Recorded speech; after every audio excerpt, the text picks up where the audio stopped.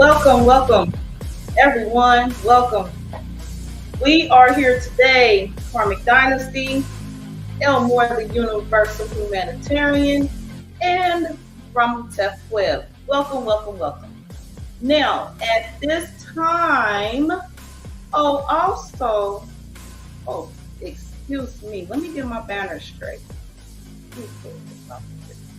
Also, I did not do that right there. I did not. Apologies. Empress Lulu is here with us as well. Hi. All right. So I would Ramutef Kweb, are you available? Now, right quick, Ramutef Kweb is traveling, so he is here with us in the capacity to which he is able to be this evening.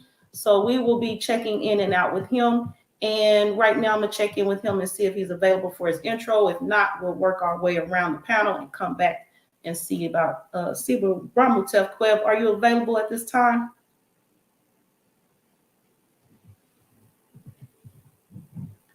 Elmore, how about you? You ready? Yo, yeah, I'm ready. Peace. What up, world? It's your boy Elmore, Universal Humanitarian. You already know. And here with the God and Goddesses. Come here to drop a little knowledge about astrology today. Stay tuned. And checking in with Ramutef Kweb as I go into the comment section. From the comments, we got Time Talk, peace and power to the Dynasty, peace and power to you.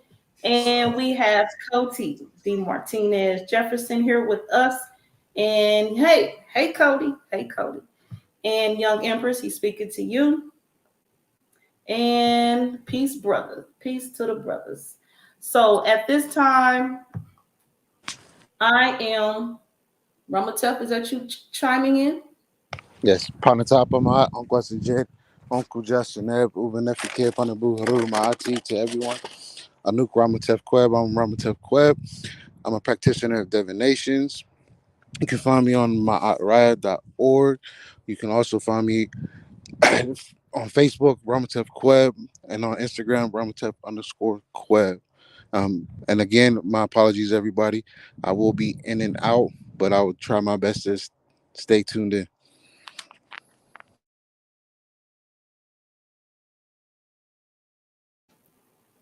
Gratitude. Next, we have Empress Lulu here in her capacity today. She is also known as Moon Fox. So at this time, she will be speaking with you all. And we will also, as part of her introduction, I will be sharing her info screens for her Moon Fox shop. And her father, her dad, is her speaker. So he's going to introduce you all to her and what she does. So Empress Lulu, if you would at this time. You can go ahead and say hi to everybody. Hi, I'm Empress Lulu. And here is more of her intro. Stand by.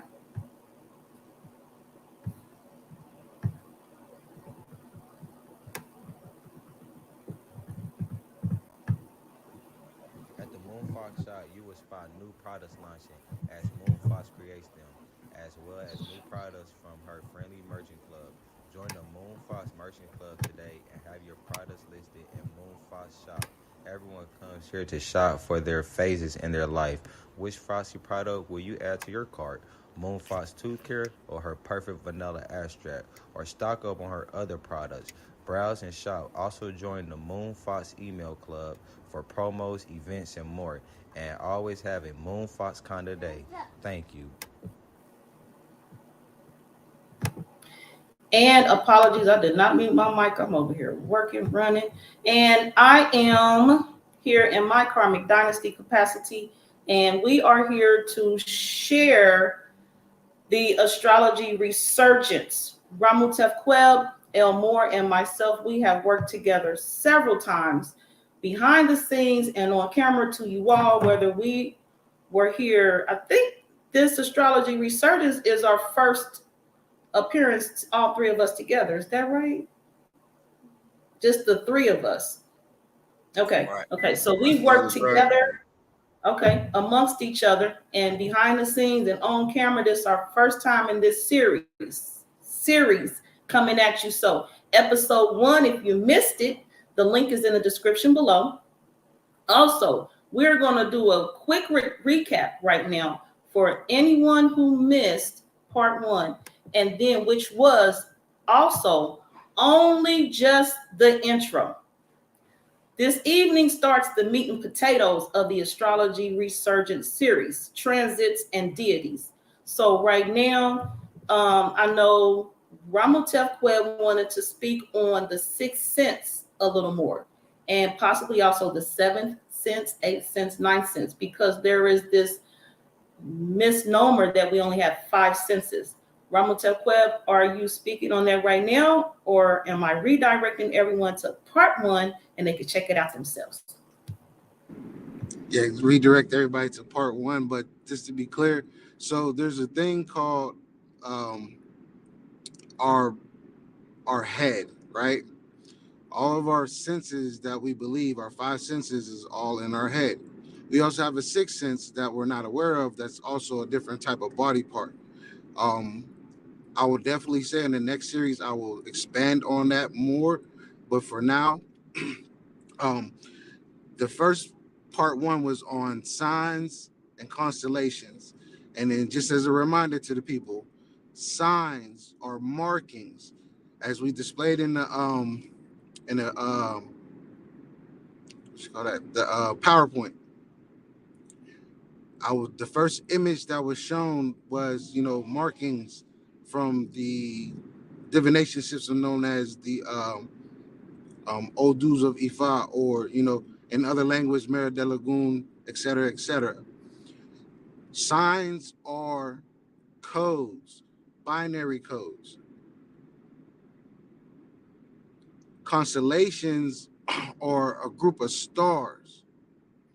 When we talking about those particular group of stars, somehow, some way, we were taught that, there's lines that connect them all.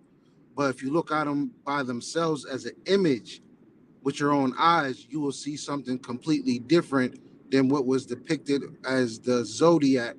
But the zodiacs give it more of a identification mark, like a sigil, as we explained what symbols were as well.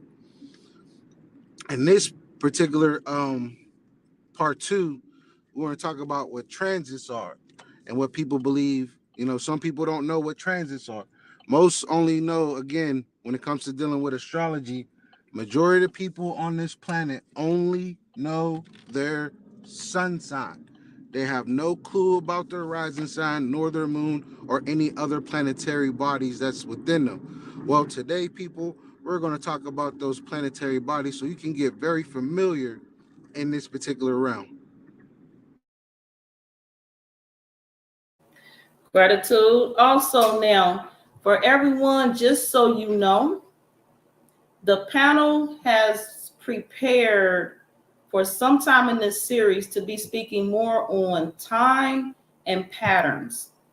And we have been suggested by the audience. So again, comment on the video, share with one of us panelists your feedback, and we take it very seriously. We will include it in the series in the placement necessary. So we have been suggested to watch the movie 222, as in the time, 222. Right now, I'm sharing the intro to that video, to that movie, so you can watch it yourself. Just the intro here so far this evening is what I'm sharing, and anything more, we will introduce it back in as necessary. So watch these intro right quick for this movie. You see the time? This is not a time up above here. This is actually the name of the movie. So right here. Okay. Peace.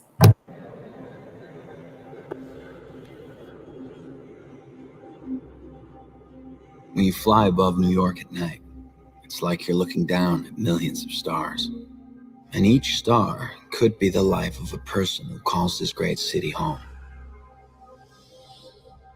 My dad told me that people have always looked to the patterns of the stars to predict what was going to happen in their lives.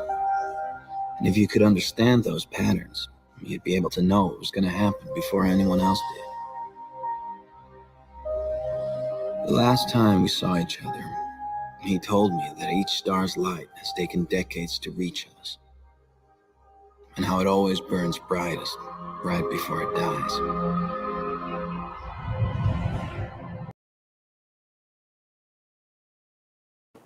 Now, as I have watched this movie already, it's a great movie.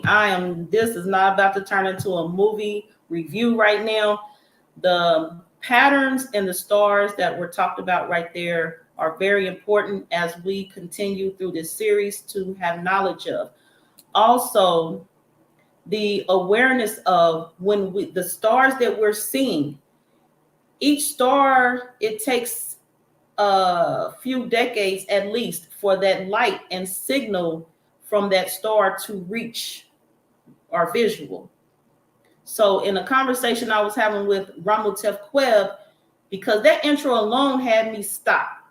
I stopped and thought and I pondered, and I promise when I can make a meet a duh, I'll be straight. I'll be like, oh, okay, I get it.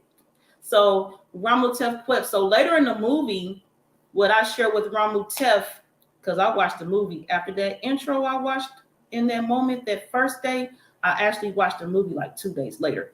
And in the movie, they even said what I said.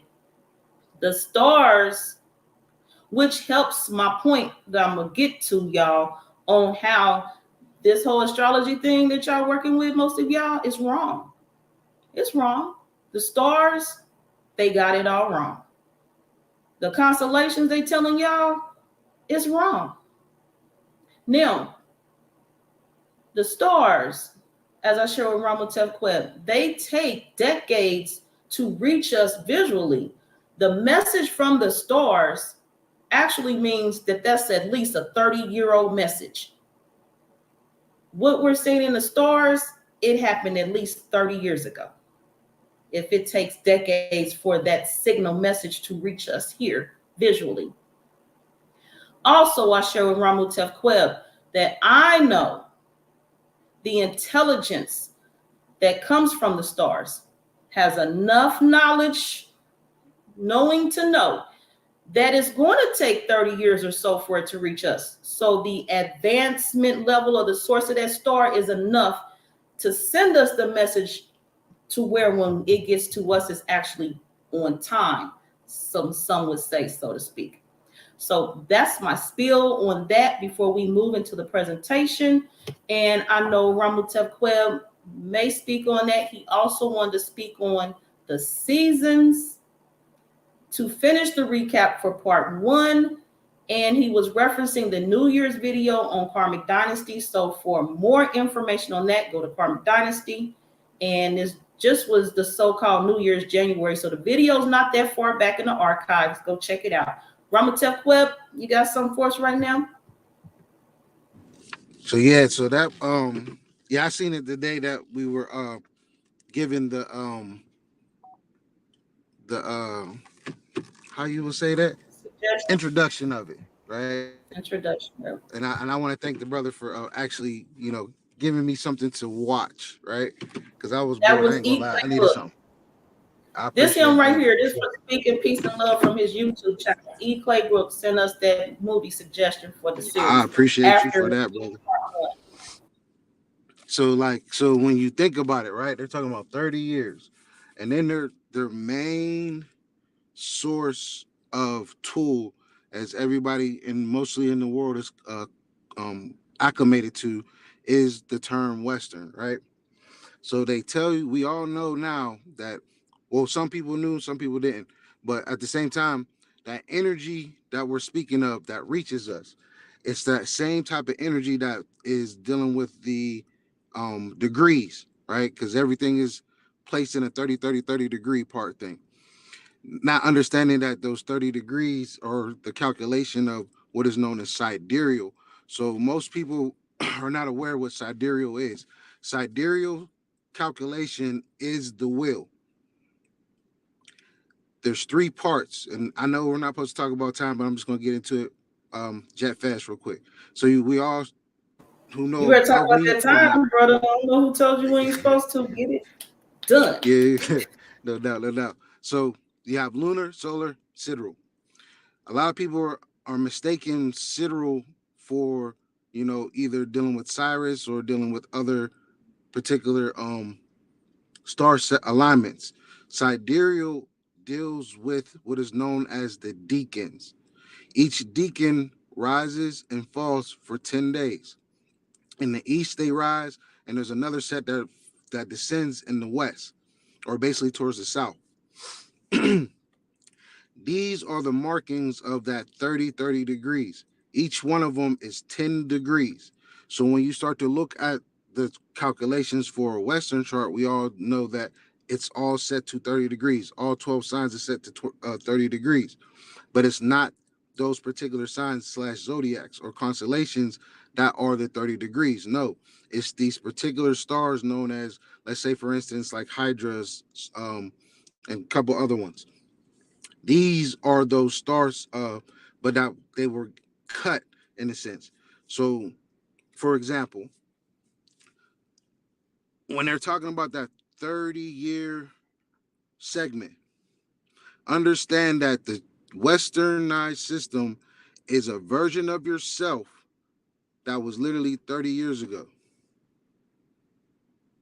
Every time you do a chart, it's dealing with a person's psyche. And when we deal with a person's psyche and dealing with that particular mindset of something that's 30 years ago, when we do certain readings and things of that nature, we're keeping an individual's mindset trapped in a being that basically was not there, unless you're 30 plus now in a sense. But if you're not in your 30s and you're getting these readings done, just know that you're about to live a life that was in the past. And I stated in the part 1, time that we know when it comes to dealing with this clockwise, counterclockwise, time will always flow clockwise. Our consciousness flows counterclockwise. So when we're matching with the flow of time, we're always going against time, not with it, always against it. Not only that we're going against it, we're also living a life that was basically dead in a sense 30 years ago.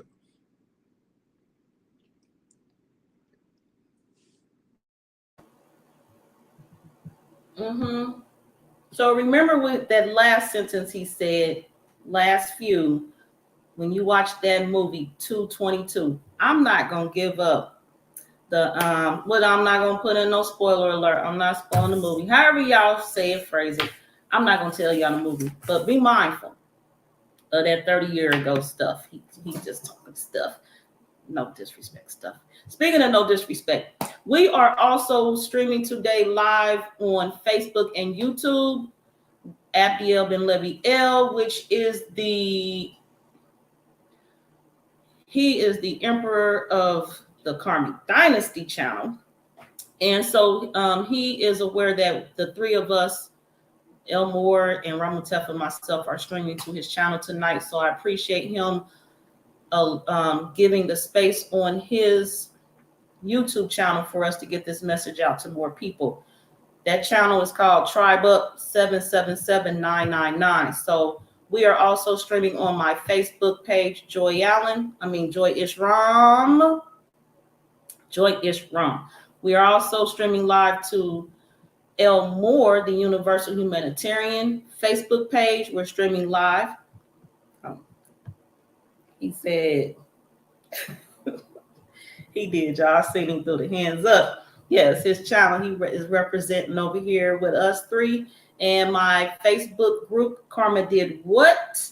And also my YouTube channel, Karmic Dynasty, and my Twitter account, MKDTNT. So thank you and gratitude to everyone for tuning in, commenting, sharing the video, liking the video, and subscribing to the platforms. We appreciate you all. Now, so right now we are going into the meat and potatoes of this presentation. We are looking into right now, starting with information on one of the sources that I've used for part of my presentation. I shared this briefly in part 1 for those of you who want to look over some things while we were working on other things. The Almagest, 2nd century Greek language, mathematical and astronomical treatise on the apparent motions of the stars and planetary paths, written by Claudius Ptolemy, and one of the most influential scientific texts of all time, it is called. It's canonized a geocentric model of the universe that was accepted for more than 1,200 years from its origin in Hellenistic Alexandria, in the medieval Byzantine and Islamic worlds, and in West Europe through the Middle Ages and early Renaissance until Copernicus, how we say that name? Okay. Copernicus. Okay. It is also a key source of info about ancient Greek astronomy. So, ancient Greek astronomy and all these other things, I don't see where this text, which most of y'all who follow astrology are following the information from these sources. I don't see none of them sources that's right now representing us, seriously. And if you claiming one of these resources right here, this book says you a lie. Your people in your world, if homie, let me speak specifically. If you're skin folk and you're claiming it, they ain't talking about you. But y'all using their resources though to help shape your life. Cut it out. Moving forward. This is Claudius Ptolemy. He was a Greek mathematician, astronomer, geographer, and astrologer. He lived in the city of Alexandria in the Roman province of Egypt. Now there goes something some of us can claim a role to, Egypt. But under the rule of the Roman Empire, he was also a Roman citizen, cited Greek philosophers, and used Babylonian observations and Babylonian lunar theory. So right now, looking for feedback from the panel, and we actually gonna look at these planets and what they represent other than what most of you may know.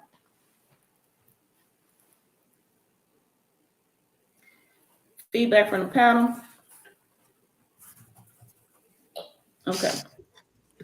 M1? Yo, you want me to talk about the sun? Sure. Also, could you you mentioned the word sigil before we got started? Oh yeah, all the planets, which are called signs for the planet, which are called glyphs, right? They hold energetic signatures, which are called sigils, and they hold power containing to each planet, specific planet. And the sigils mean different things. Like for example, the circle with the dot in the middle means sun. So when if you make like a symbol out of, split the sun in half, and you can make like a whole symbol out of this and make a representation of an energy signature where it can represent the sun. So we can make our own design our own energy signature for the sun. You know what I'm saying? If it's not correct, if it's correct, we just leave it how it is. But the sun represent your self-expression, your self-identity, your strength, royalty, loyalty. To me, it represents your energy, because with a good sun, you have high energy, and the bad sun, you probably have low energy or low drive or low ambition. And the sun is kind of like synonymous with the moon, but opposite. And Jesus would be considered the sun, Ra. And let me see who else the sun. Shango and Dambali. And who else? Let me see. There's a couple more. The sun is considered one of the most important planets on the chart to me, because that lead the way Plus the ascendant and others, but to me, when I read a chart, I look at the sun first and what house and what degree is in. Yep. Okay. And for me, so the sun, I'm looking at it as this outer is, hold on, I'm not even on the screen. This out here represents the zodiac wheel itself or the earth.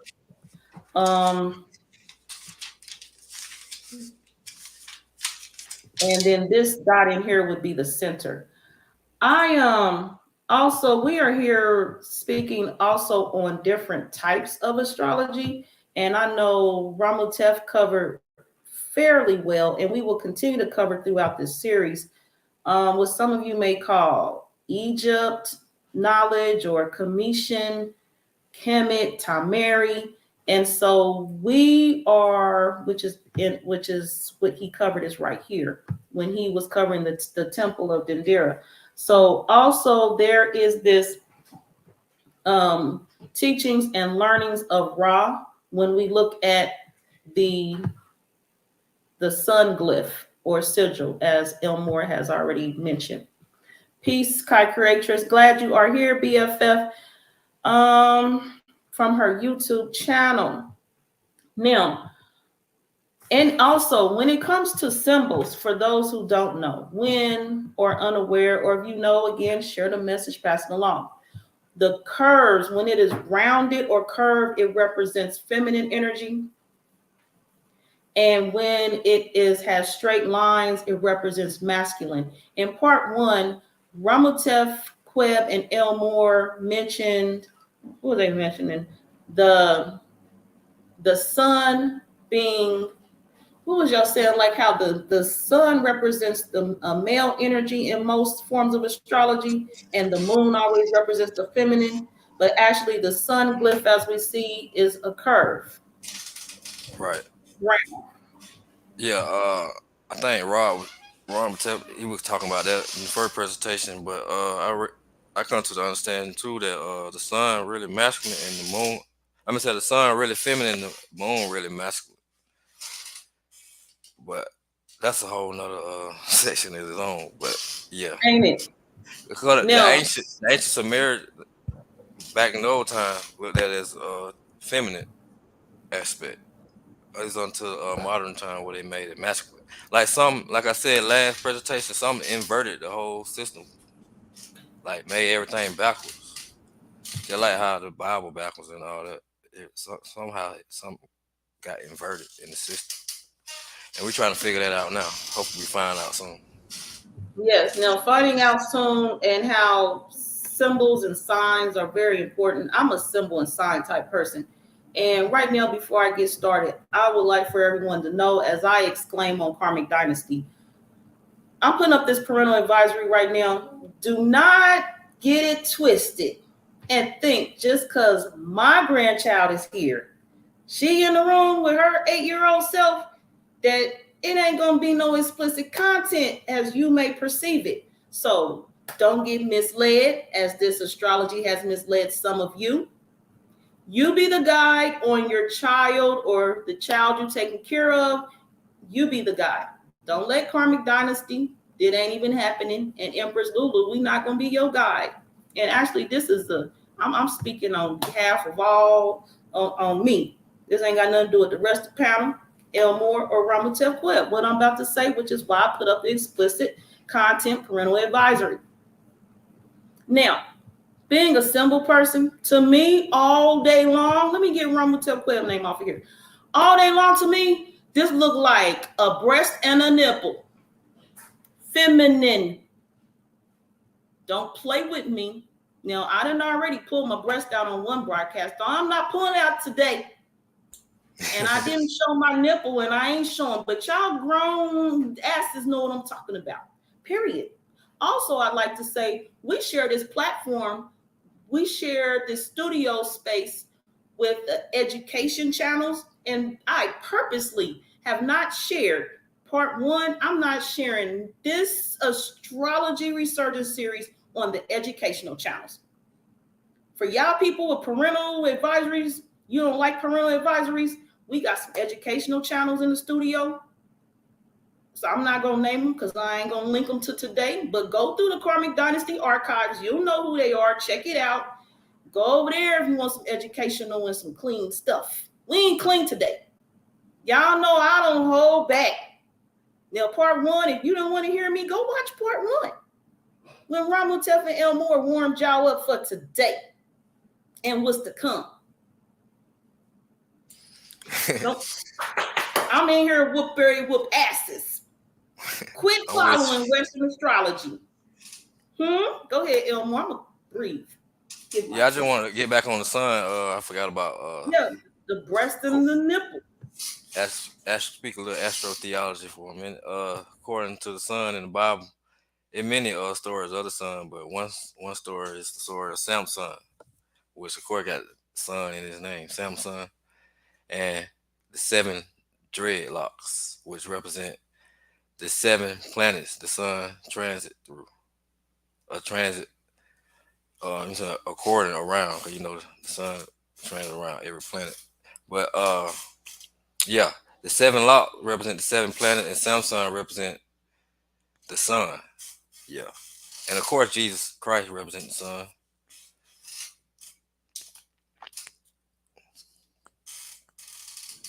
And Ramutef Kweb, you have something to share, or Elmore more to share before we move forward to the moon glyph.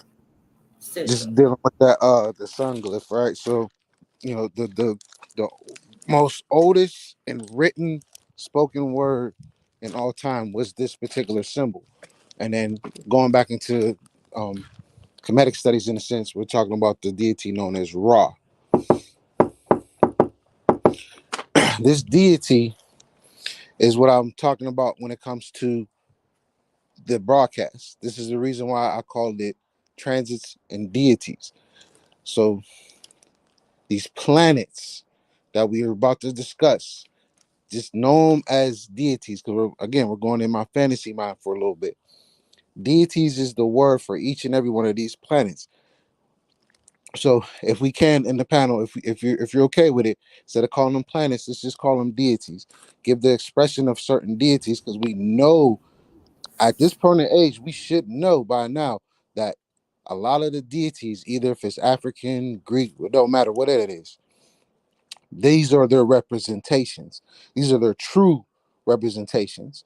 When it comes to dealing with the sun, sun is all powerful, all knowing. It's the most vital energy that gives birth. And then, like I was discussing the first part one, when I was giving you my hint to finding out that the sun is a feminine energy, or it's feminine. The best way to find out is looking in the story of the Japanese god known as Izanagi and his 2 children that he wiped from his eye. One was a female, which is a Masiatsu, and you have the moon, which is Totsuyomi. When it comes to the sun, it's telling you right there it's a woman. When it comes to the moon, it's telling you it's a man. When you go to the Kemetic side, you look at who are the moon deities. The moon deity is either between Khonsu, or more so Khonsu, but Jehudi. Then when you get to the sun, the only deity that you know of is Ra. Who is the daughter of Ra? Sekhmet. Sekhmet is that sun. Why do I say that? Because when you start to learn about the Pleiades, you understand about the 7 Pleiades sisters and things of that nature, or the Heharu sisters or Hathor sisters, things of that nature. When you look, their placement is above Taurus, basically. It's in the constellation of Taurus. You'll see the stars, and they all have a distinct color. Those distinct colors are like what? The chakras that we know of today. But one's missing. Which one is missing? It's the orange one. And then, sometimes we look at our sun as black because we understand it's black now. But that itself is the deity known as Sekhmet. And then you have Heharu, you have Aset, you have all these other feminine energies that all represent these particular stars. If you want to know more information, they disguise them as what? the Daughters of Atlas. And guess who's having a movie about the Daughters of Atlas? Shazam. I'm just giving that in, further details, but I'm gonna close off real quick because I gotta figure out if this person's home or not. Yeah, and back to the sun glyph, the circle. The circle mean Holy Spirit, or spirit, or seed, or essence, and it represents the mind and the intellect, according to the circle on the sun. And that's it. That's all I had. That's on the sun. Peace, peace, peace. Now we're going forward to the moon. Before we begin, just Yes. as I stated in the last broadcast when we started dealing with these symbols, right? And when it comes to that circle, remember what I was saying in the last part, the circle represents the soul. The crescent or curve, in a sense, represents the spirit. And then anything that's a line or a cross or a crucifix represents matter. I just want to throw that in there real quick. Okay, I appreciate that, bro. Because I read according to Western. We But read accordingly. I know it's everything like vice versa, really. And we all here to share collectively. And I appreciate us all being here. So now we're moving forward to the moon. The moon is said to represent emotional security, mothers, and feminine energy.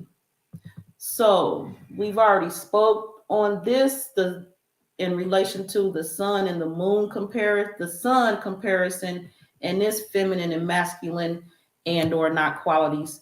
And the moon tied in. So we briefly already discussed the moon. Now, specifically, Kai Creator, she says hi. Specifically, what do we need to say about the moon from the panel? So right quick, when we're dealing with that moon, right? So again, I was going back to the descriptions. The circle represents the soul, right? The curves represents the spirit. So when you look at the display images that you see, they have those particular markings when it comes to the traveling of the moon. The only two times when this moon really deals with the soul is dealing with the new moon and the full moon as we know it. Every other moon deals with spirit. Right. And the Well, waxing moon is between the new moon and the full moon that Ramatev spoke of. Elmore? right. I'm just gonna speak about the basic. The moon governs the sign of Cancer, and Cancer governs the fourth house. And the moon represent the body, actually, according to some chart. And the moon represent the mind, the mental processing capabilities, and the moon could represent family and comfortability and subconscious too. And the moon, it could represent women. I think this is my opinion. Even though it is vice versa, it worked because of collective conscious. Like whatever we had, a percentage of people agree upon, that what reality will respond to. So even though it might be vice versa, it's still what the universe is sending out to us. So it could still represent women or the feminine energy. And it's transit sign every 2.5 days, I think. Yeah, that's all. Okay. From where I'm at, the crescent represents reception, receiving. It represents the mother and feminine energy in general. Both our inner child and inner mother. It's responsive, receptive, and reflective. And it also represents our spontaneous and intellectual responses. And that's us covering on the moon. Any feedback from the panel before we move forward while looking at these moon phases?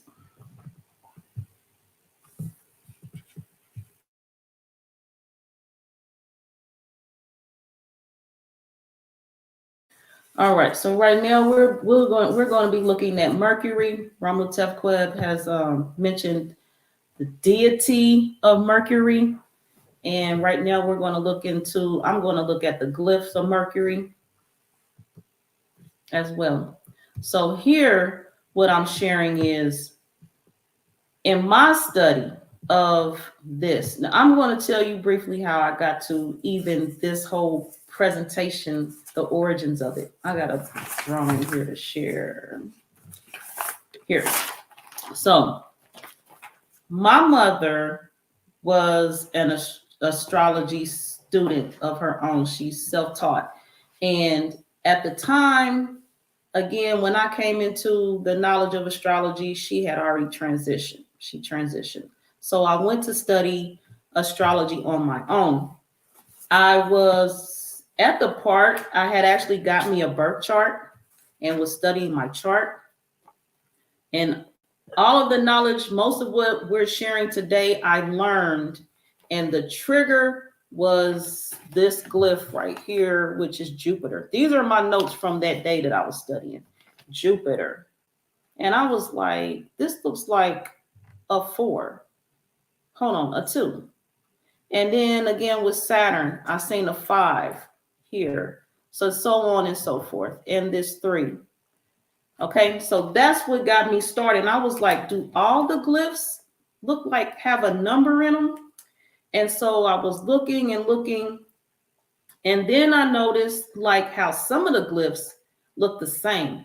All you got to do is turn them upside down. So I started studying the glyphs, turning them upside down, the right side, and moving them. And then I came across all the other information called a rabbit hole that got us here where we're at today. So back to this glyph for Mercury. Here with Mercury, we see, as we mentioned, a curve, a crescent here, and the circle, and we already addressed what those were.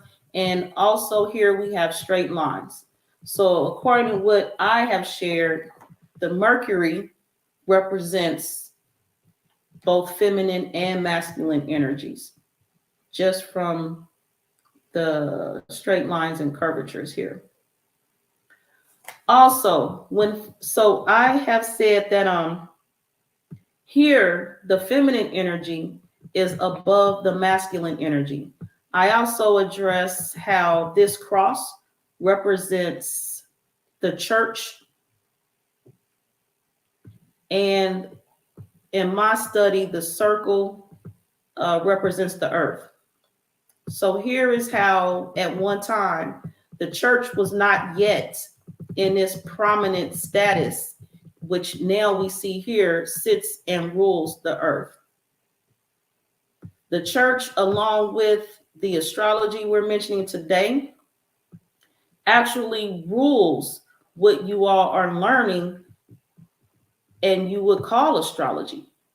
So for those people who say they're not religious, such as Christianity or Islam or Buddha or any other type religion, you're actually, if you with following astrology, that is your religion.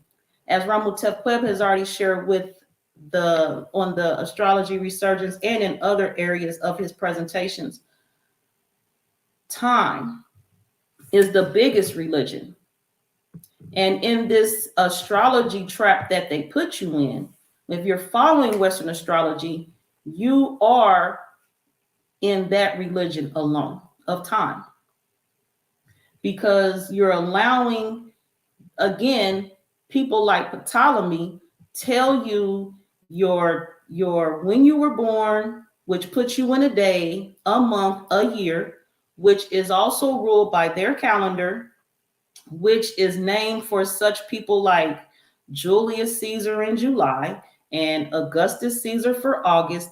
And you're just allowing all of this rulership from a man's mind to take control of you and tell you what time is.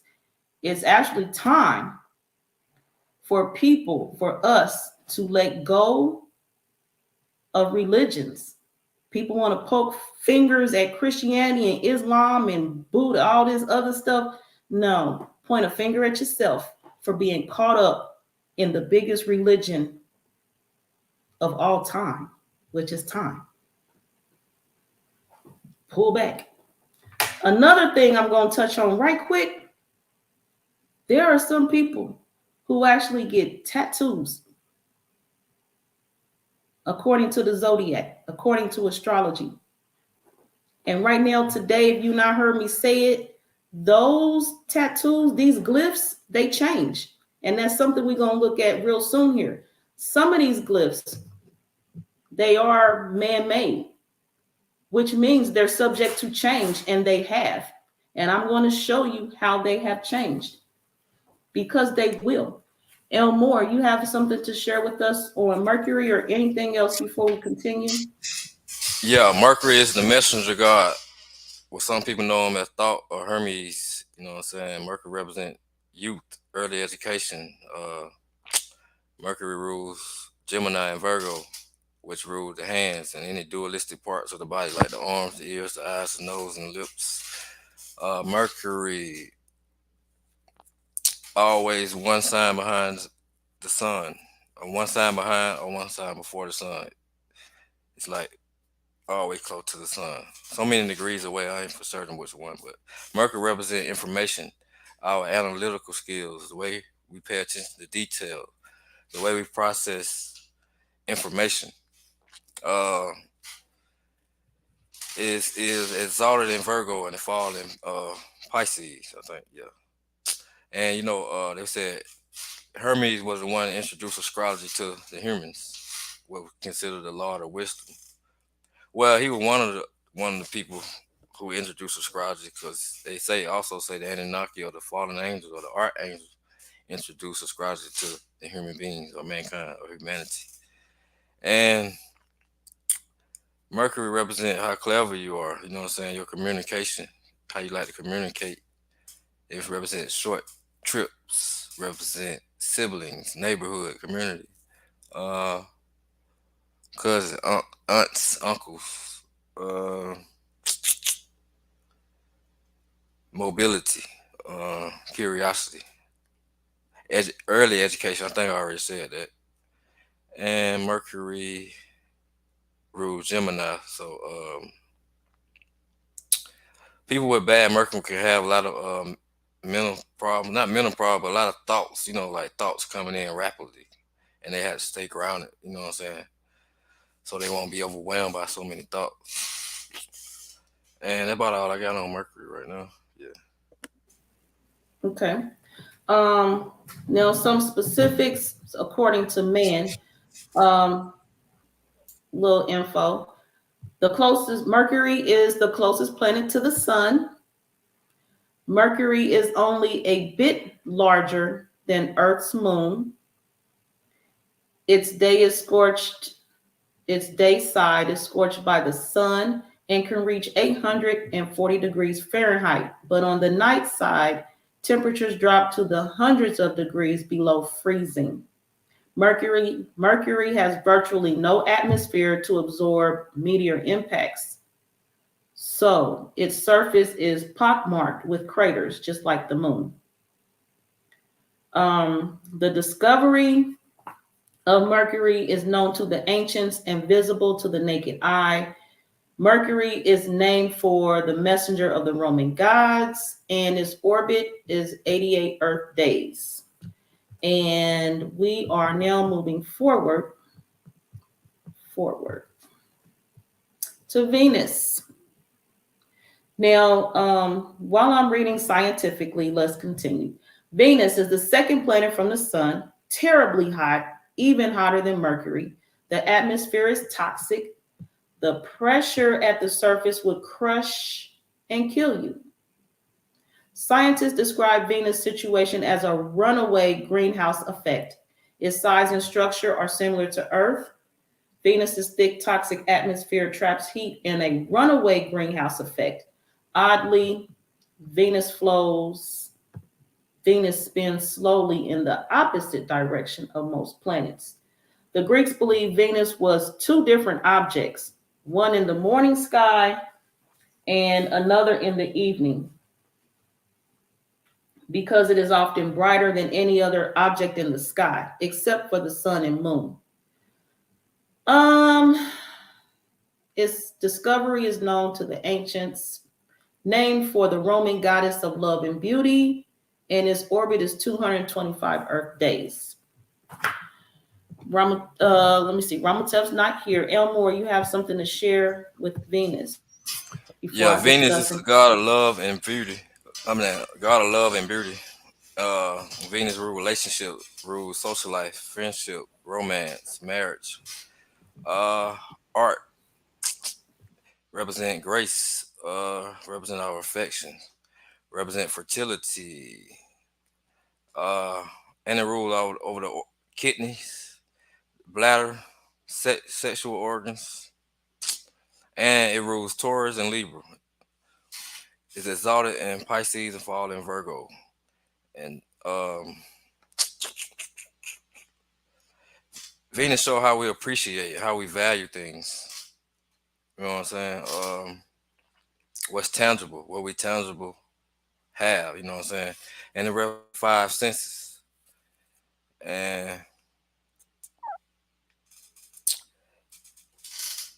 it represents balance too, because it rule Libra, and it represents balance in friendships and relationships, partnerships, business partner, any type of relationship, right? Venus is what else? It ruled the second house and the seventh house. So Venus is our talents, because second house rule talents. You can look at Venus for what kind of talent you have, right? And second house rules the throat. So if you got like good planets in the second house or a good aspect of Venus, you can be a singer. You know what I'm saying? Or if you have bad aspect, you can have what it called thyroid. So I think that's what it called. Well, infection in the throat or whatever. But overall, Venus is the oldest sister of the planets. That's about all I have on Venus. Till I think of something else. Okay, that's cool. We'll be here. Now I'm going to look at this glyph for Venus sigil symbol. And yes, time talk. The information I shared actually came from the scientific stuff that I was reading, actually came from the NASA website. So, you're on it. We're here. Now, let's see. Looking at this glyph, as I've already discussed, let me remove my banner. This circle represents Earth, and this right here is the cross, which is the church. This is Venus, symbolized here as before religion and its dominance on Earth.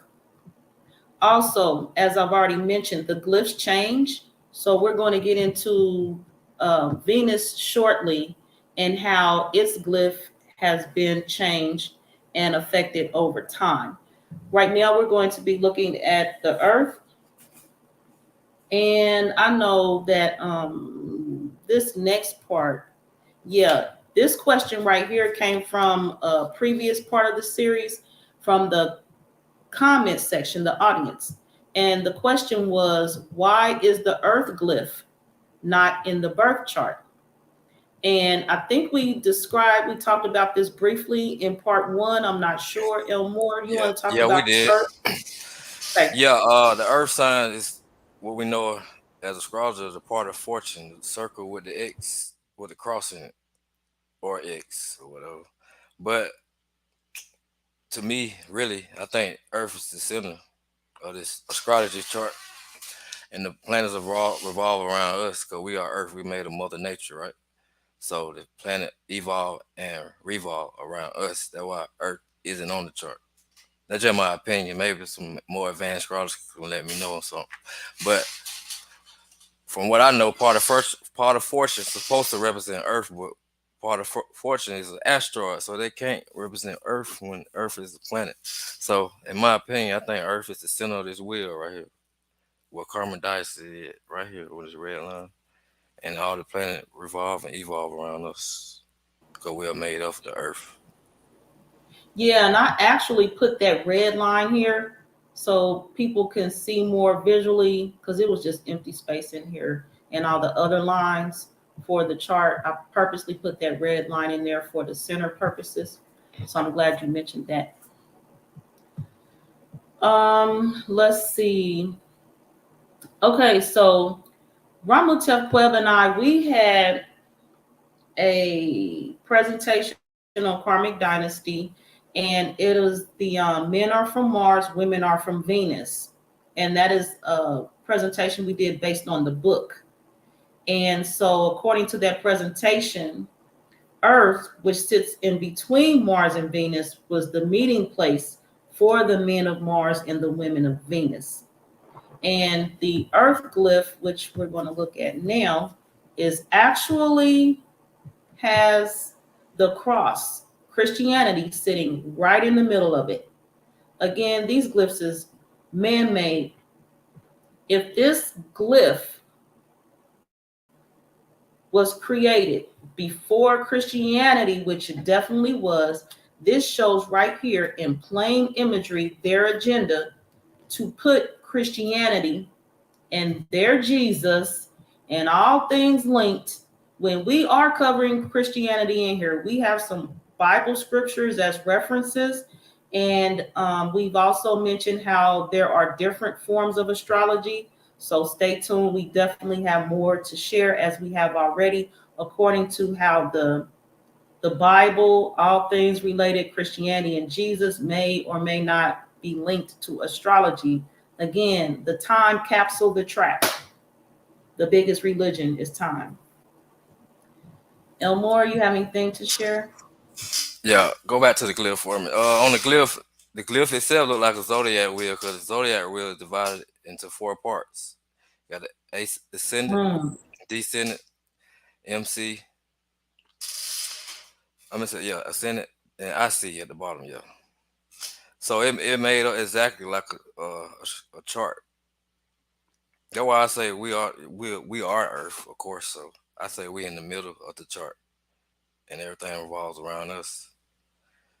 Because if you think about it, we have Earth signs. Like I'm gonna say, Earth is an element, and you have Earth signs, which come from the Earth. That's what I think. Me personally, I think all the planets is on Earth. It's just part of a bigger landmass, extraterrestrial, what you want to call it, extra land. Extraterrestrial only mean extra land, not a alien or some shit like that. Not what Google telling you. Because if you just Google the word extra, then you Google the word terrestrial. Extra mean to add more, and terrestrial mean land on Earth. So if you put them together, that means extra land on Earth. We haven't been explored, you know what I'm saying? But that's just my opinion. Mm-hmm. But we are the center of this universe. I know that because we are walking stars. So I think the planet revolve and evolve around us. Okay. And also, while we have Empress Lulu here and you're speaking on extraterrestrial, in my preparation for today, the term word UFO was on my screen somewhere in like an advertisement or something. And so she wanted to know more about UFOs. The word extraterrestrial, of course, kept coming up. So I was explaining to her exactly what Elmore just said of the extra and what terrestrial is, Terra, Terra, as we know the Earth. So it's extra Earth. And yes, we appreciate you, Brother Elmore, for speaking on that. And you just confirmed from the masculine point of view what I just told her last night. So I That's what's up. appreciate you. And UFO mean unidentified flying object, right? So that can be anything. That can be the government flying in some shit playing with our mind. Cause Tesla built the first UFO, according to my research. So That Mine means too. and common sense will tell you if they can shoot a UFO down, they got to have equivalent technology to shoot it down. That my common sense just tell me that. So I just don't believe everything the news say anyway. So you got to go a little deeper for me to believe it. But I use my common sense, and you can't shoot an anti-gravity vehicle down when the bullet going through gravity, or the missile or the rocket going through gravity. It don't make sense to me.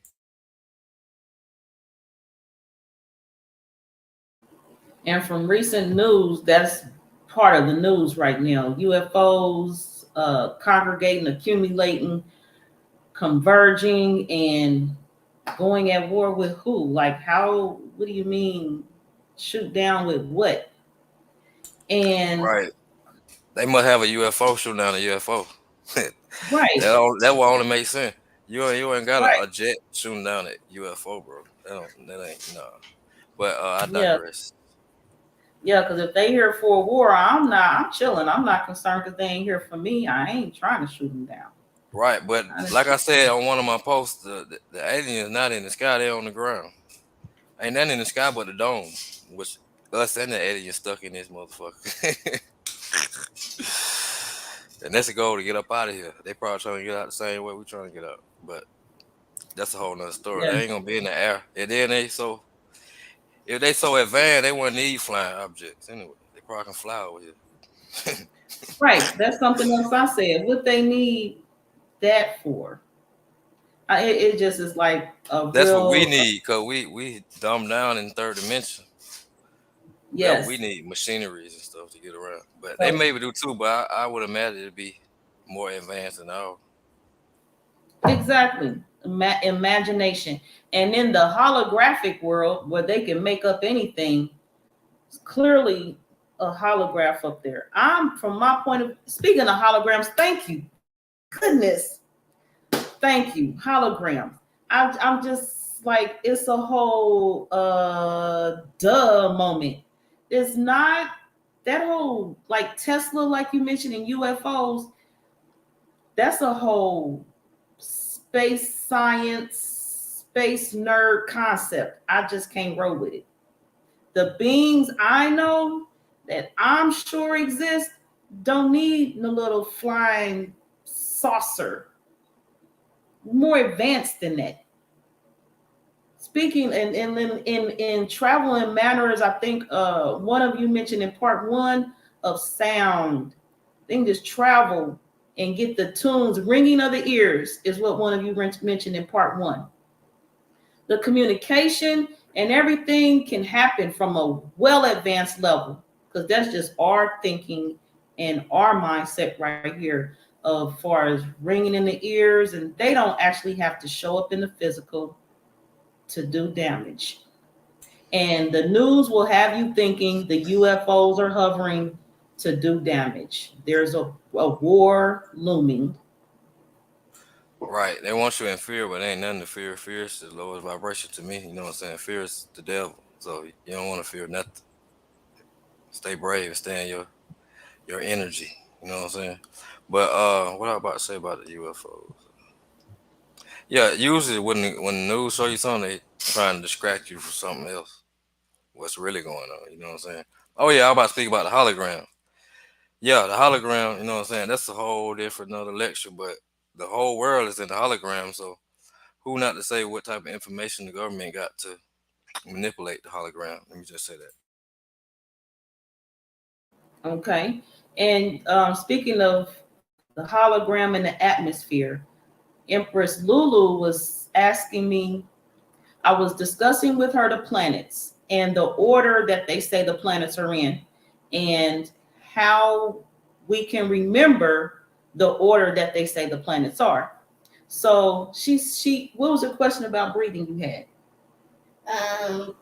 You can't breathe in space, so how can we breathe if off the planets in space? Even Earth. Okay, so if Earth is in space and they say there's no air, oxygen in space, then how can we breathe here on Earth, if the planet is in space? That's a So good I question. told her about the atmosphere holding in the oxygen. And when Elmore, you just mentioned the dome, that's what made me remember her question from yesterday. Right. We up under the dome, which you know what I'm saying. Nothing enters, nothing exits. So I think the only way you exit is through spiritual. But that's a good question. And we in waters. I think that what the oxygen is, just a more dense water. You know what I'm saying? A light dense water than what we you know what I'm saying, like air, but we just can't see it. But we are inside some form of water. Just like the womb, you know what I'm saying? The earth is a womb. And we inside this womb. We like red cells fighting against each other, killing one another off so the earth can survive, you know, just like the body operate. It's synonymous with the body. As above, so below. And Virus. right. That's a good question right there. She asked the type of question I asked when I was small.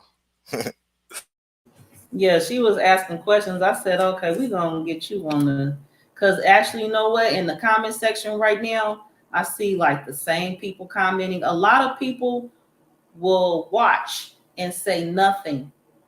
I know that just alone from the number of views and the actual amount of people commenting. So she brings more of the Q&A to the platform today. And so that's why I have her here as well, because she brings in that interaction that will help us get to the people who don't want to ask the questions. For the people who have their children sitting here and they have the same questions and the adult didn't have time to answer, but they got time to sit here and watch us. Peace to the babies. Peace to the babies. All right. So on this scientific notion, and Elmore was speaking on water. Who is it spoke on water? Elmore? Yeah. And then Time Talk is saying dome earth is a terrarium. Let's see here. So the earth is said to be a water world with 2/3 of the planet covered by ocean. It's the only world known to harbor life. Earth's atmosphere is rich in life-sustaining nitrogen and oxygen. Um, let's see. So Yeah. on the other planets, it's got the discovery information, but for Earth, it don't have discovery information. But okay, Elmore, you about to say? Yeah. Uh yeah, Earth is what I about to say about Earth. Oh yeah, the dome. I'm about to talk about the dome since she's talking about dome Earth. Uh in the ancient model, the dome is over all the planets, right? So that means all the planets are under the same dome we up under, but it just levels and dimensions of it. But it's a dome on top of all of them, and we all on different levels. Like Earth is the third dimension, then you go down or up according. I don't know which way it go up or down, but I know all the planets are under the same dome.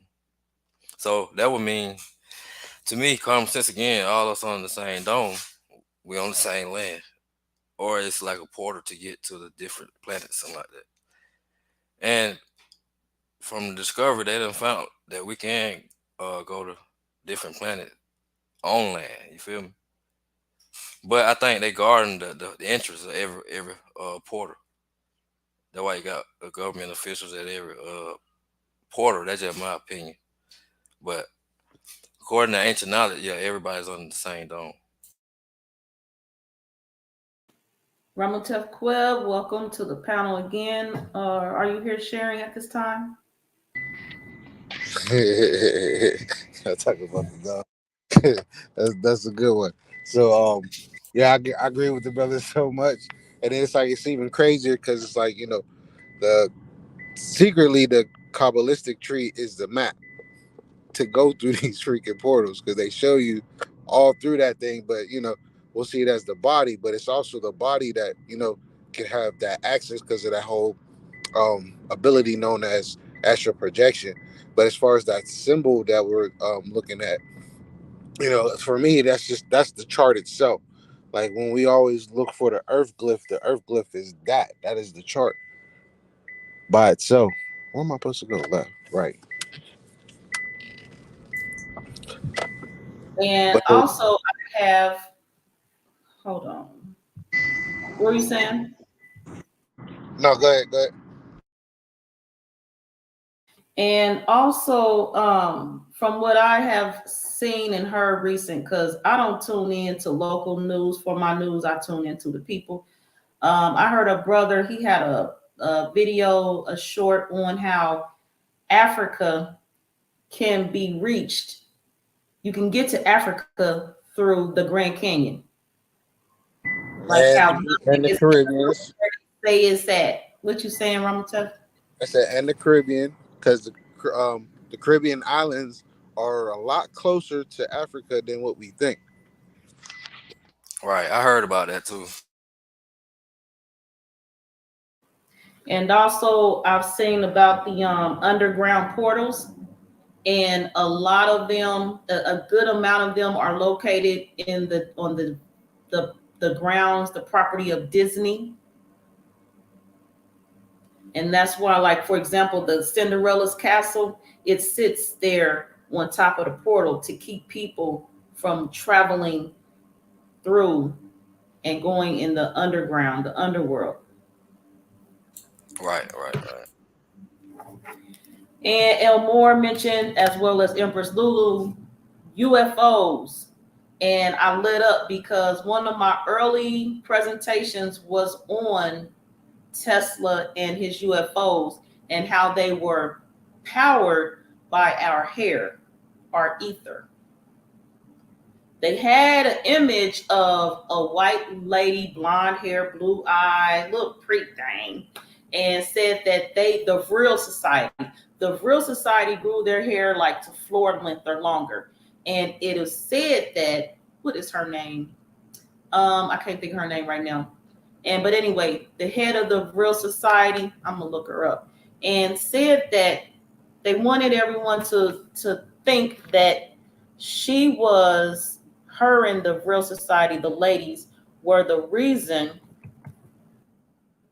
and the energy from their hair was what powered the UFOs of Tesla. There was also some Hitler association in there, but right now I'm gonna pull her up here.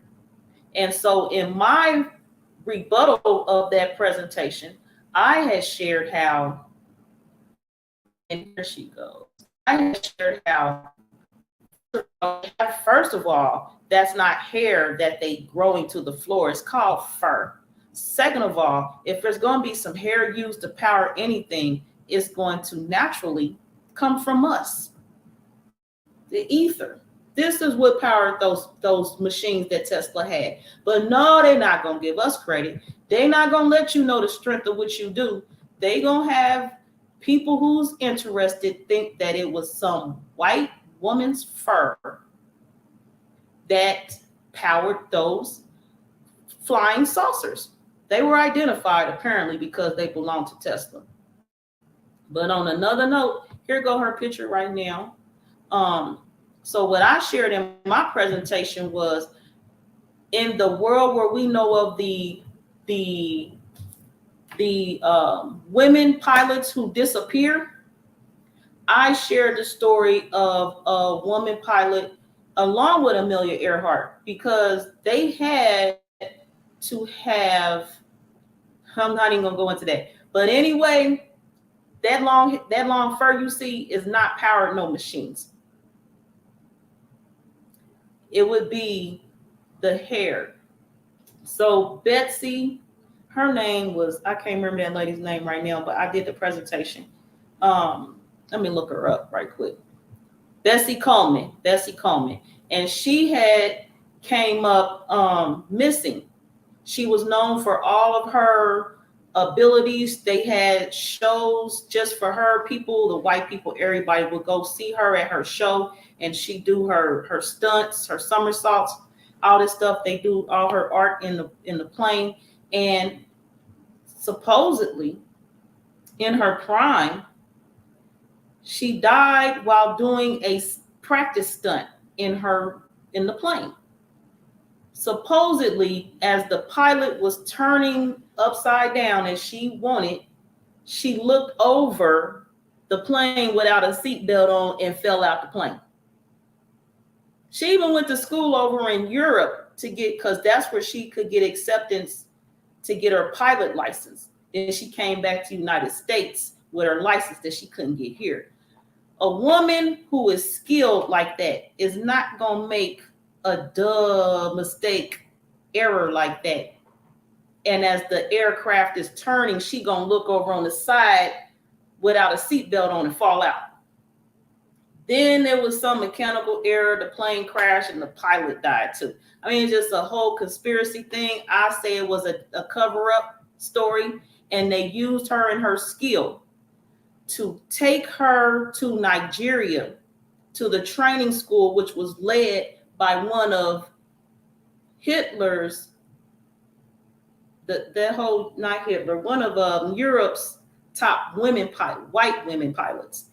And along with them too, and Amelia Earhart, they went to that school. They went to Nigeria to them all-girls school. It's in their news. I'll share the PowerPoint with y'all. Contact me, I'll give it to you. It's in their news. And they went there because, again, with our ether, and you need some people to fuel some flying saucers, where you gonna get a bunch of little girls from with some ether to plug in to some flying saucers, to some aircrafts? They went to Nigeria.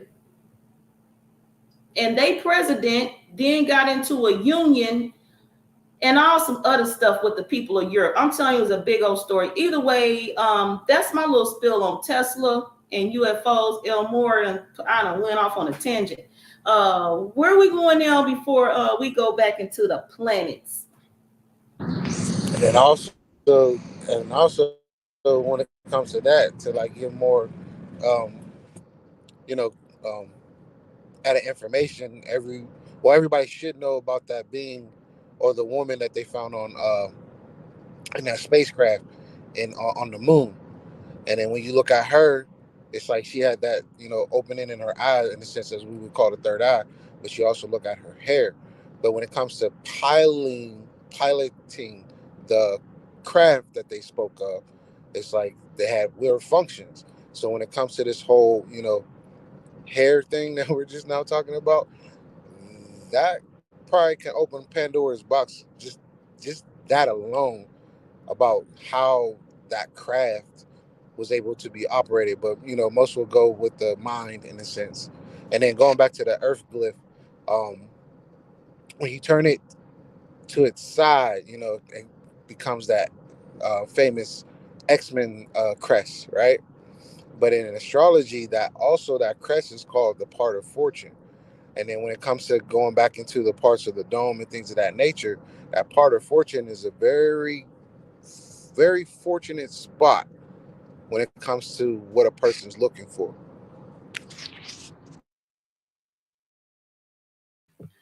All right, Elmore.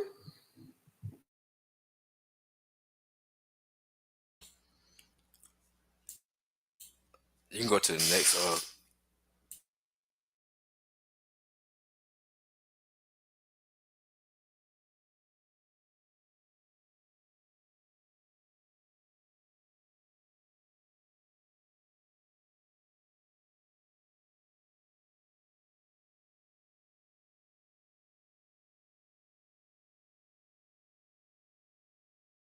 We can't hear you, George. My bad, apologies. I appreciate you. Mars, the fourth planet from the sun, is cold, dusty place. The dust and iron oxide giving the planet its reddish cast. Mars shares similarities with Earth. It snows on Mars, etc., etc. And named for the Roman god of war, and its orbit is 687 Earth days. And that's the scientific, some background on there before we get into looking at the glyph of Mars and how it has changed. And if you're studying Western astrology, it's all changing. So what are you studying? Change. Kudos to you. Kudos to you. Anyone want to speak on Mars before I look at the glyphs? Before we look at the glyphs? Yeah, I speak on it. Mars is the god of war. It rules Aries and the ancient ruler of Scorpio, which is the ruler of the first house and the eighth house. Mars is our ambition, our drive, our sense of our courage, our sense of self-assertion. Uh, it can govern the sexual organs too, because it represents Scorpio. Mars represents the blood. Mars represents information. So if you have a bad Mars or bad aspect of Mars, you can have inflammation on the body. And Mars is our ambition, what we strive, you know what I'm saying? How we able to strive our willpower, you know what I'm saying? Basically, that's our willpower. And Mars represents things like bullets, lead, knives, swords, any kind of sharp object, weapons. Represents like gunsmiths, people who work with guns, people who work with iron, people who work with metals. And Mars, yeah, the god of war, and it's a hot and dry sign. It's exalted in Capricorn and it fall in Cancer.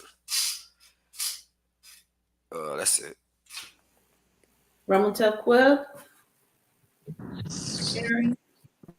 But when it comes to Mars, Mars is also represented as the when the brother said it himself, dealing with the Orisha known as Ogun. Ogun, the god of iron, the person who is basically the iron in our blood and the weapons that we use and the intelligence and the magic that we also display. Mars is the things that you take action to, whether they be good or bad.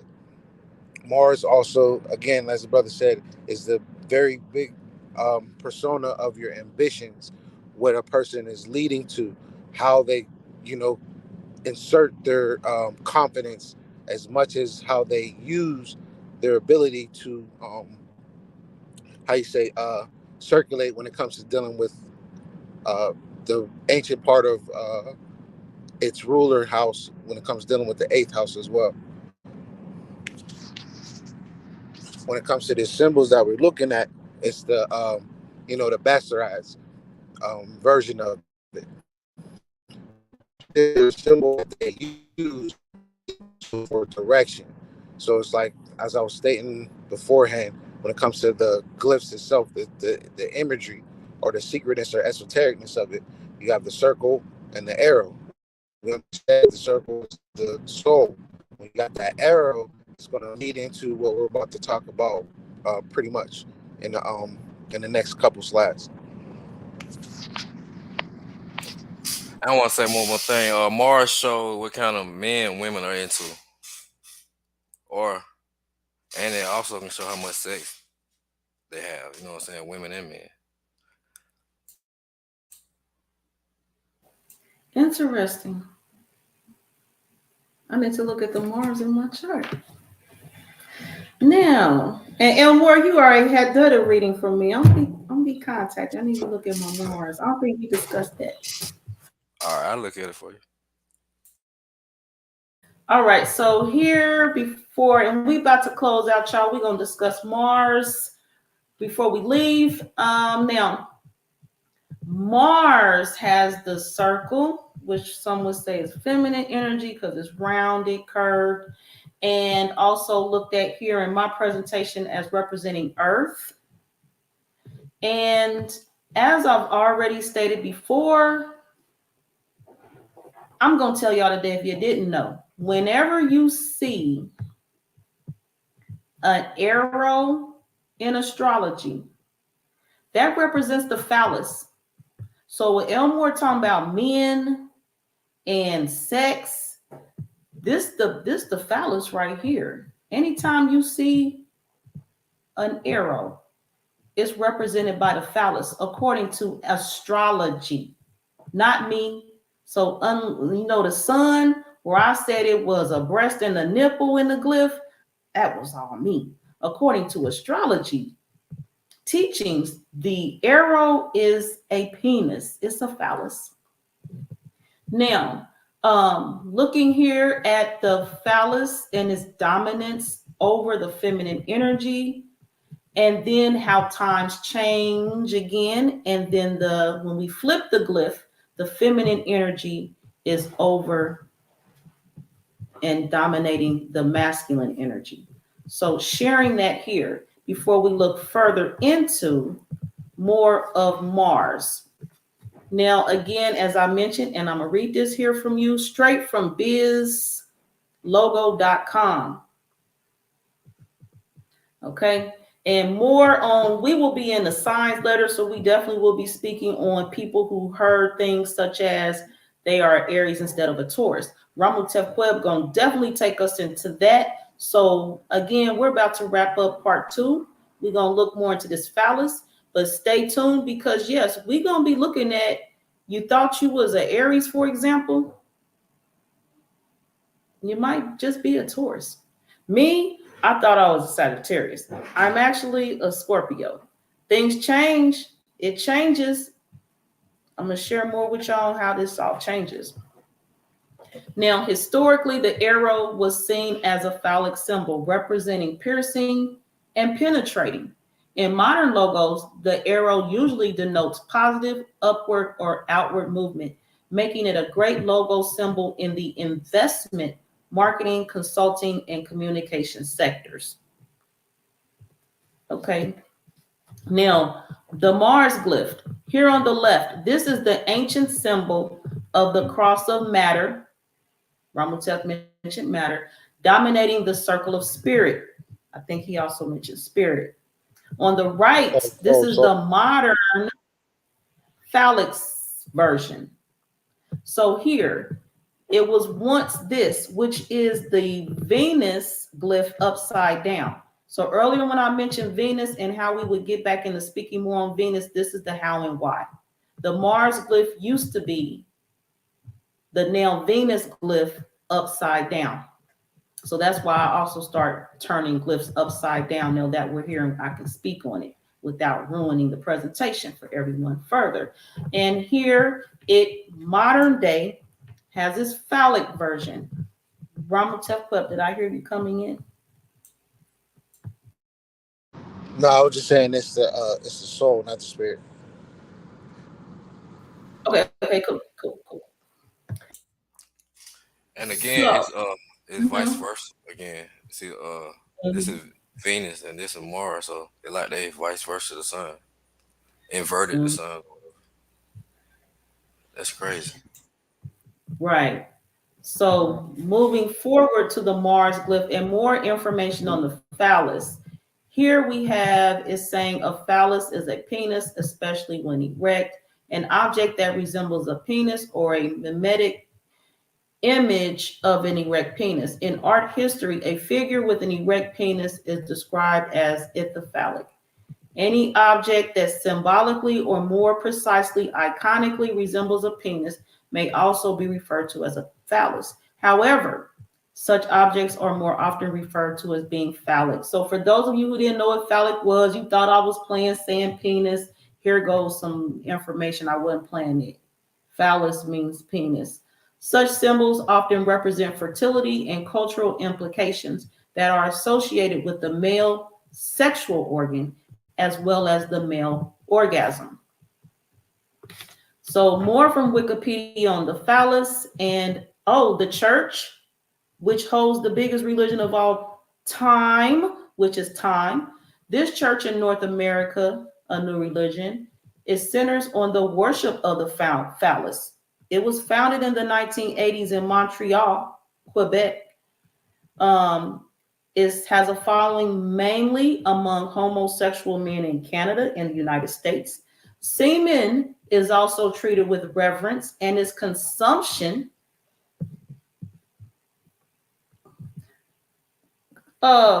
consumption, y'all listening around here? Okay. Consumption is an act of worship. Semen is esteemed as sacred because of its divine life-giving power, according to the Indonesian chronicles. And again, we are here speaking on the different types of astrology. The different types. We're not here to beat up Western astrology. We're here to show to you the falsehoods and bring you some information. So with Shariri L, she got that pen and paper out. She looking. Pay it. I need y'all to look at this. It's serious. This is my campaign to get y'all out this craziness. Now, also it goes on to say, according to the Indonesian chronicles, the prince gained kingly power from God by ingesting sperm from the phallus of the already dead sultan. This is how he got his powers. Feedback from the panel before I continue. Well, one thing I can say is that from what you read, Mars and Venus meaning the same thing, because the phallus represent fertility and Venus represent fertility. So they like one and the same sign, just I guess dualistic natures, one feminine, one masculine. That one don't come to the conclusion that it's only like 4 signs, because like half of the sign mean the same thing, like Saturn, Jupiter, Mars, Venus, Sun, Moon. You see what I'm going? All these like the same elemental planets, but I guess they have a dualistic side, what makes them have a twin nature. Ramatel Queb. Mm-hmm. It hit it right on the nose. It's that that part of that duality, because when you put the two images together, right, it just shows you how much of the sacredness that our ancestors held with this particular combination of building life. So if you were to literally take Mars and Venus and put them on top of each other, they will only have the two souls, one on the top, one on the bottom, and that cross is in the middle, just representing how our souls combine into that matter, which creates, our children, things of that nature. But when you start to put that same glyph of what it is today, and you see how Venus is trying to connect, but when you look at the symbol of Mars now, it's going elsewhere. It's not trying to connect like it used to. So when it comes to our nowadays society and things of that nature, and we're just going all over the place, as we stated earlier, those glyphs hold a lot of energy. And when you start to put these glyphs together and try to see what the story is or what the power that comes from it, you start to understand a lot more of how much we are controlled under these particular energy signatures. Right. And you said the perfect word, bro. Control. You know what I'm saying? That's what I think. Well, that's what I come to the conclusion of, because the planets in transit represent basically our future. And I'm trying to see, can we master the planet, so whatever, or make them work in our favor? But I don't think so, because if that were the case, it wouldn't be a simulation. Yeah, my conclusion with that is like, I wanted to do the whole teach a little lesson in the realm of magic when it comes to dealing with these planets. A lot of people are aware or maybe not aware of what is called a magic square or magic circle. When it comes to that question that you presented, that is one of the forms of using those planets for your benefit, but most people use it for destruction. Right. Uh, Another reason why I say that, because the planets make up they govern our body parts. They govern our body part, they govern our mental, and they govern our subconscious. So I think it's unavoidable to be like the planets don't affect me. Yes, they do. The planets affect everything in nature. You know what I'm saying? And I think like you said, you can use the magic square, and you can use like the Vedic, the Vedas. They use they do mantras to the planets and stuff, like, you know what I'm saying, rituals and meditation toward the planet. So I think we can use it towards our benefit and to be successful. But I think it's unavoidable. You know what I'm saying? Like what they call it, fate or simulation. I agree. And it's like, for me myself, it's that part of, you know, knowing the fate and altering it, because there's always a way to alter anything, rearrange, change, and evolve past it. It's just that one has to literally sit down with themselves and truly look themselves in the mirror. So it's like the other part. I wish I wish I wasn't driving, because there's like, I would use the anime reference. So there's a anime known as Naruto, right? And then what I wanted people to imagine, I can't remember who that character was with the mask that was using the ice walls and things of that nature. But that was the vision that I wanted people to kind of visualize. You're that person that's in the center, and you're surrounded by these ice wall mirrors. Your ice wall mirrors is every house that you're dealing with when it comes to your own personal chart.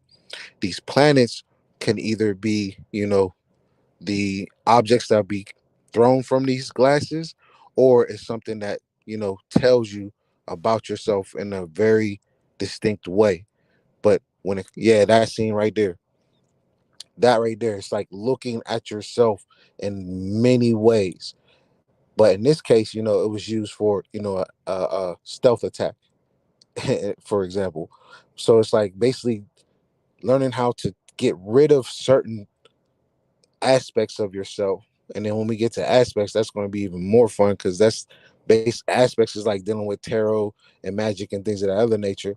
But in this case, it's like as we go along, just use your imagination to get past a lot of these things, so we can start to upgrade ourselves in a better way. Right, right. I think the planets affect you according to your awareness, right? I think like the more we're aware Right. of the planet, the less damage it'll have on us, and the more advantage we'll have with the planet. Like, and that comes with self awareness. The more you know yourself, and the more you know the planets. Uh, yeah, I think when we become self aware, how everybody think Saturn is so bad and so destructive and so negative, but if you're on a higher level of awareness, you can use Saturn to your advantage. No planet is bad or good; it's just vibration and frequency that you're on according to the time of the transit. Correct. And just like what everybody sees, the retrogrades and things of that nature, and they're always in a negative light. It's up to you, as a brother says, it's up to your awareness. Because once you're aware of how that energy used to play on you, those retrogrades can aid you like it ain't nothing. Because it's like, for me, for the past, we could say 7 years, basically like 7 years ago, me and this understanding about retrogrades, it was all based on fear. Because that's all you hear is about this, hooking up with exes and things of that nature. And it's just like, as you keep diving into and start understanding that energy a lot more, it becomes more benevolent versus malevolent. Right, right, right. And you don't want to be in fear because if you're in fear, when the retrograde comes, it's gonna bring fearful things. So that's, we can move to the next subject. All right, so I just also wanted to share, since we're talking about relationships and awesome other things, it is very difficult to speak on the phallus without also speaking of the testicles. So the testicles won't be covered tonight, but I promise you, I'm going to be talking about them. So stay tuned to this series. Um, so looking at this display in the Scandinavian Museum, well, ancient Scandinavia. This museum is based on information from the Norse god, a phallic deity representing male fertility and love. Elmore spoke on the fertility. And also, we're looking at the short story describing a family of Norwegians worshiping a preserved horse penis, and some image stones, such as the store of hammers and Tanglegarda stones, were phallic shaped.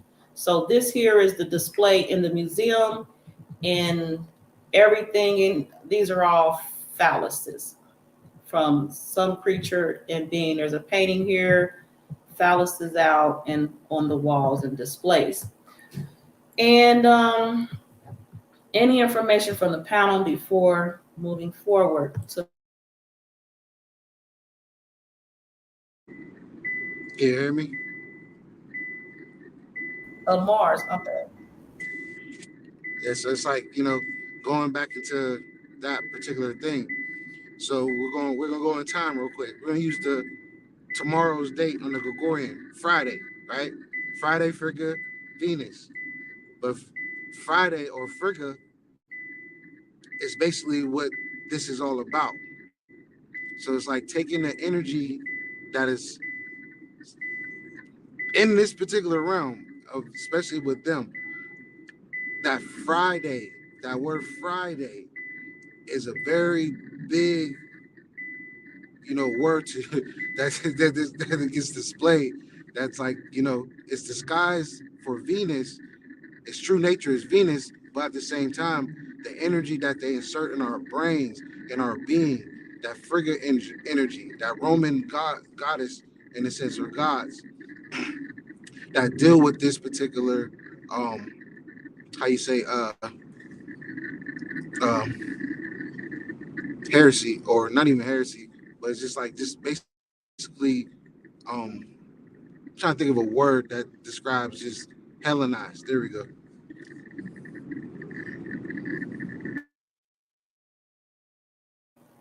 Elmore. Uh, yeah. If you show the glimpse one more time, if you pull the arrow down to the middle and straighten them out, that'll be the same sign. It'll be two Mars. Or if you pull the cross up and make it to an Mm, arrow, it'll be two Mars or two Venus. So I think right. they basically represent the same thing, but I think one is male, one female, the phallic and the vagina, I guess. And Mm. he said Friday is associated with Venus, and Venus represent money, and most people get paid on Fridays.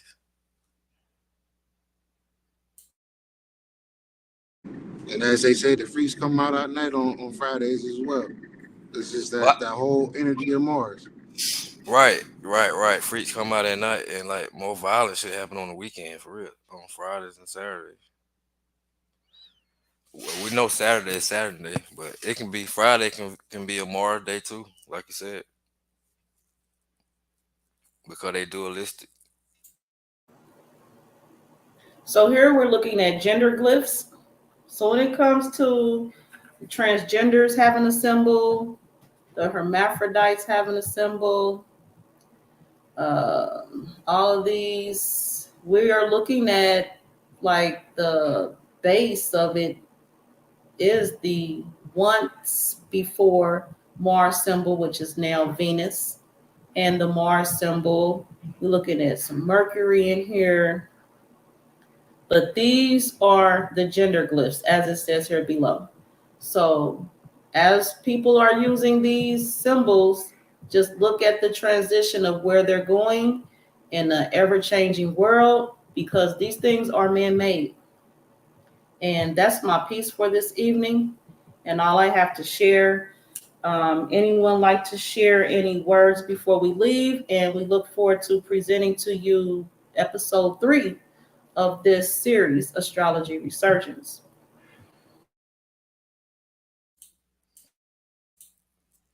Well, I'm gonna close out saying this: as above, so below, as within, so without.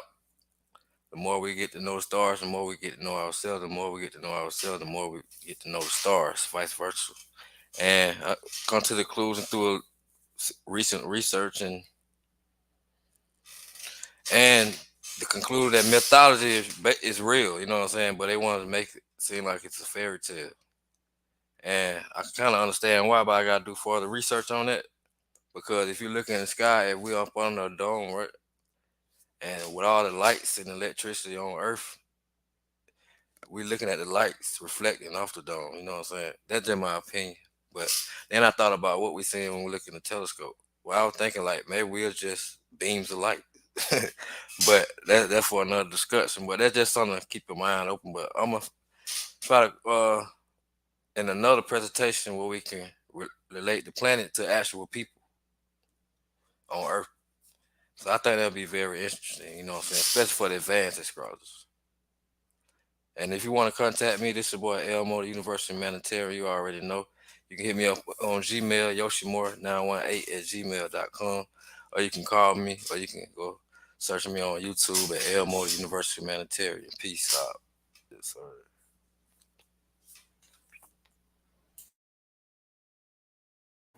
Ramutep.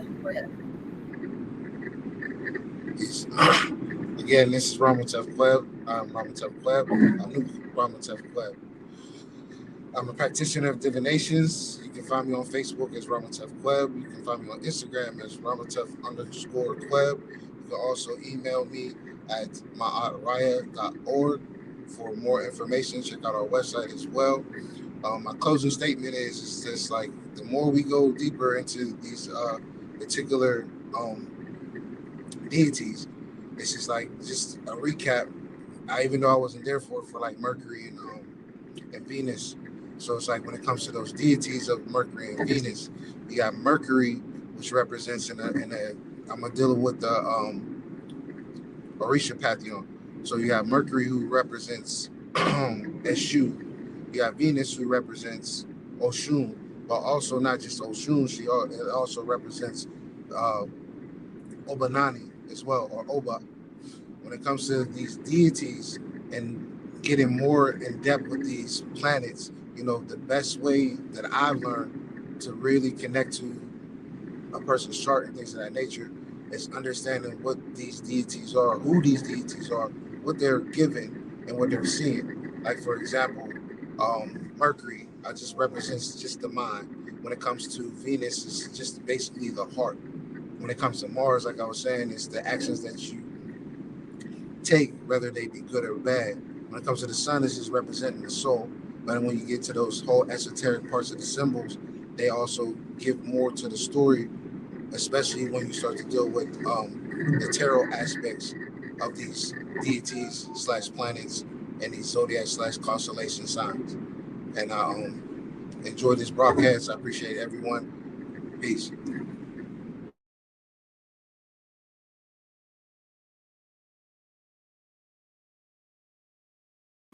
And on behalf of Moonfox, I am sharing her information here. Again, her about her is spoken to you by her father. Gratitude.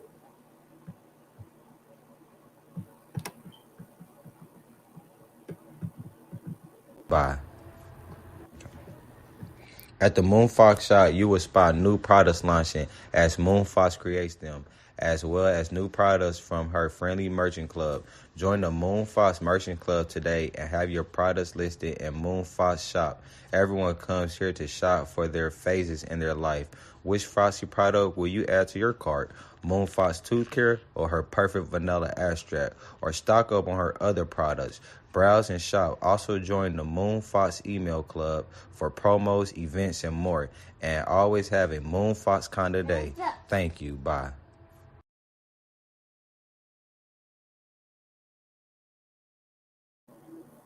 And I am here today in my Ishram capacity, sharing with you all some of my knowledge and my growth on the astrology path.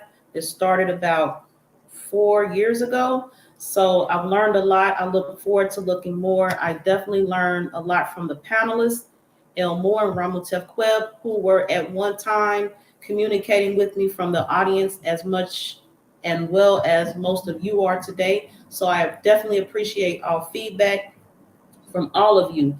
As Elmore has also spoken of us being beings of light, that is a message that I shared in the intro from the movie, the beginning of this episode of the movie 2:22, as in the time, 2 hours, 22 minutes, the time. Also, Elmore spoke on planets being the people on the earth, and I definitely think we'll be looking into that to be sharing more of, as I prompted everyone to do, be aware of the movie. We have watched it on the panel, and we will be using that movie 2:22 as a resource throughout this series. I think that's all I wanted to share this evening. I appreciate you all being here with me, and I appreciate spending my time and speaking to the audience and followers and those who view Elmore through his Facebook page and Ramutef Queb through his Facebook page, YouTube channels, as well as Abdiel Ben Levi L on his Tribe Up 777999 YouTube channel. Recently updated, and I definitely enjoy always speaking to my Karmic Dynasty audience, and I look forward to seeing you all definitely next time. Share with us your comments, questions, concerns. We will have the feedback here, and peace. Good evening to you all. They can't see you now. Come on in here. You got to sit down. Okay, well, they can't see your fingers. All right, either way, we out of here. Peace, y'all.